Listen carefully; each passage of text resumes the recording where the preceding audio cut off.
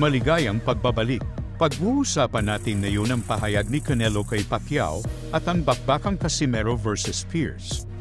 Pero bago ang lahat, kung bago ka pa lang sa channel na ito, ay huwag mong kalimutang mag-subscribe at i-hit ang notification bell icon para manatili kang updated sa susunod nating upload. Matapos ng i-knockout ni Elijah Pearce ang ating pambato na si Michael Dasmariñas sa round 9 sa kanilang laban na naganap noong July 27 sa Atlanta, Georgia sa Amerika, ay agad na pong namgigil si former 3-division champion John Riel Casimero kay Pearce dahil tila gusto nga nitong ipaghiganti ang sinapit ng ating kababayan na si Dasmariñas. Banat nga ni Casimero sa post nito sa kanyang official Facebook page na Cuadro Alas It's My Boy, na kapag siya daw ang makalaban ni Pearce, iyak daw sa kanyang harapan nitong si Pearce. Dahil sa oras daw na saluhin na ni Pearce ang kanyang mga kamao, ay siguradong may kalalagyan umano ito sa kanya dahil pupulbusin niya daw talaga itong si Pearce. Agad namang sumagot dito ang kasalukuyang WBO International Featherweight Champion na si Elijah Pearce. Tirade ni Pearce, patutulugin niya daw ang matandang si Casimero. Ayon kay Pearce, nakita niya na daw noon sa personal si Casimero at napakaliit lang daw nito. Kaya pag nagharap daw sila, ay ilalagay niya lang daw ito sa duyan at patutulugin ng mahimbing. May mga netizens naman ang nag-comment sa post ni Pearce at sinabing hindi daw si John Riel ang nag-post noon, kundi ang kapatid niya na si Jason dahil ito daw ang nagko-control ng Facebook page ni John Riel.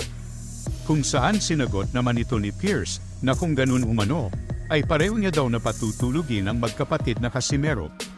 May ilan naman ang naniniwala na malabo daw na magtapat ang dalawa dahil bata daw kasi ni Sean Gibbons itong si Pearce at wala na daw promoter itong si Casimero.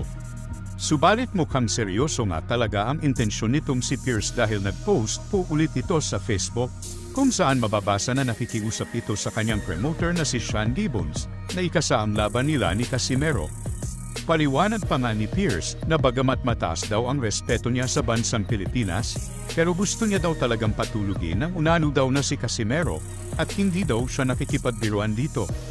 Samantala, mukhang lumaki na din talaga ngayon ang posibilidad na magtapat ang dalawa dahil opisyal na inanunsyo na nga po ni Casimero na pumilma na nga daw ito ng kontrata sa bagong promoter nito na Comida Promotions.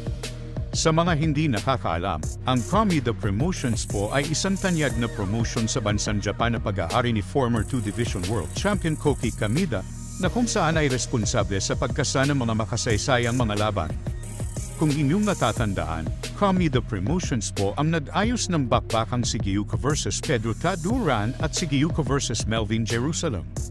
Maliban dyan ay Comida Promotions na din po ang may hawak ngayon sa ating future world champion na si Kenneth Eubel. Kaya huwag tayong magtaka kung bago matapos ang taong ito ay magharap na sa ibabaw ng ring sina Casimero at Pearce. Nakaka-excite nga talaga kung mangyari na ito dahil siguradong may isa talagang matutulog ng mahimbing sa laban dahil nga parehong knockout artist ang dalawa. Sa ibang balita naman, mahigit isang buwan na nga lang po at magaganap na ang bigating laban sa pagitan ni na 2-time super middleweight undisputed world champion Saul Canelo Alvarez at 2-division undisputed world champion Terence Crawford. Hindi nga po natin makakaila na sa lahat ng aktibong boxers na yun, maliban kay Manny Pacquiao, ay si Canelo Alvarez talaga ang pinakamalaking pangalan sa larangan ng boxing.